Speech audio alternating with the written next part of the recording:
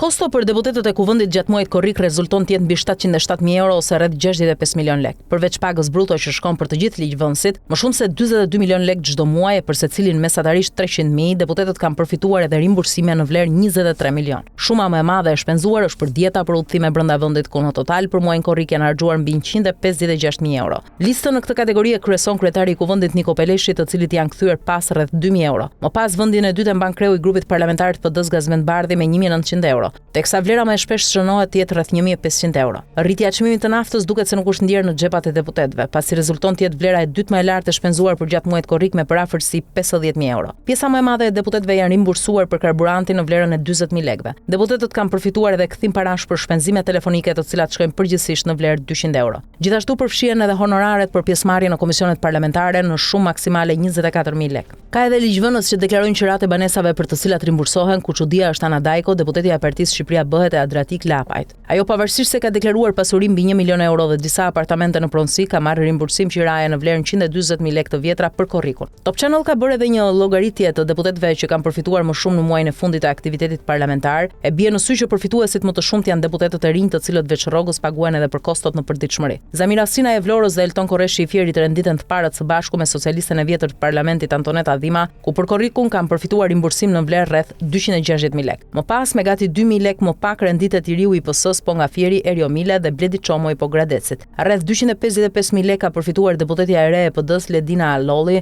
dhe pasaj renditet deputetja socialiste Zgjenet Çaushi me rreth 253.000. Ndërsa konstatohet se janë parlamentarët me përvojat atë cilët kanë përfituar më pak, si Lindita Nikolla me vlerën më të ulët nga PS dhe Sali Berisha nga PD me vlerë rreth 500 euro shtesë. Pas tyre është Agron Shehaj dhe Elisa Spiropali. Në listën e deputetëve me vlera më të ulta të përfitimeve mujore është edhe Ogerta Manastirliu dhe Belinda Balluku. Ndërsa nga deputetët e rinj rezulton të jetë socialisti i Durrësit Loer Kume, deputeti i PSD-s Tedi Mulaj dhe deputetja e PS-s që u bë e pavarur Mariana Koçeku.